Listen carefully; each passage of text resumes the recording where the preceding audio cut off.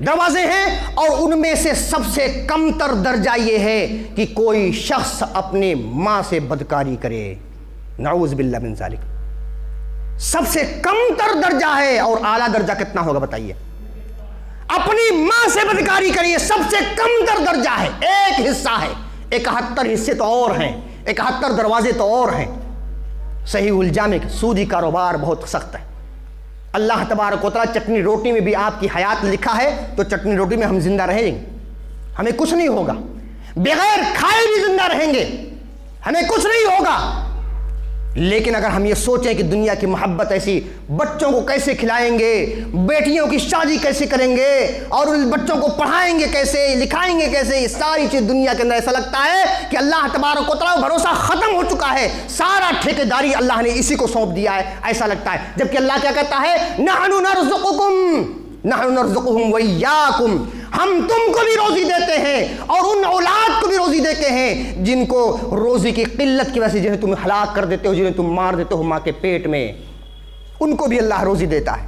اللہ فرماتا ہے وما من دابۃ، دنیا کے اندر کوئی ایسا چوپایا نہیں ہے جس کی روزی کی ذمہ داری ہمارے اوپر نہ ہو۔